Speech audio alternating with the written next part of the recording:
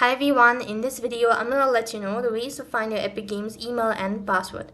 So to locate or find your Epic Games email or password, so you can follow these steps. Now let's say if you're logged into your account and go to your profile and go to the account section. When you're on the account section, you should be able to see the prompt, but there is no such thing as clearly seeing your information.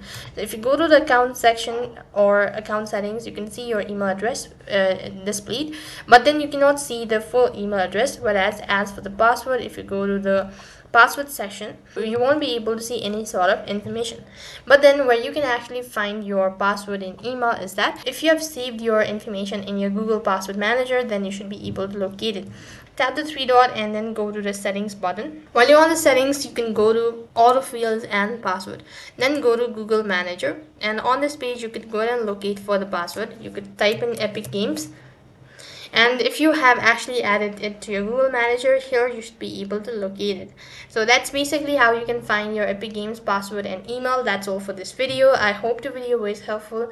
Make sure to like, share and subscribe to our channel. Thank you for watching. See you in the next video.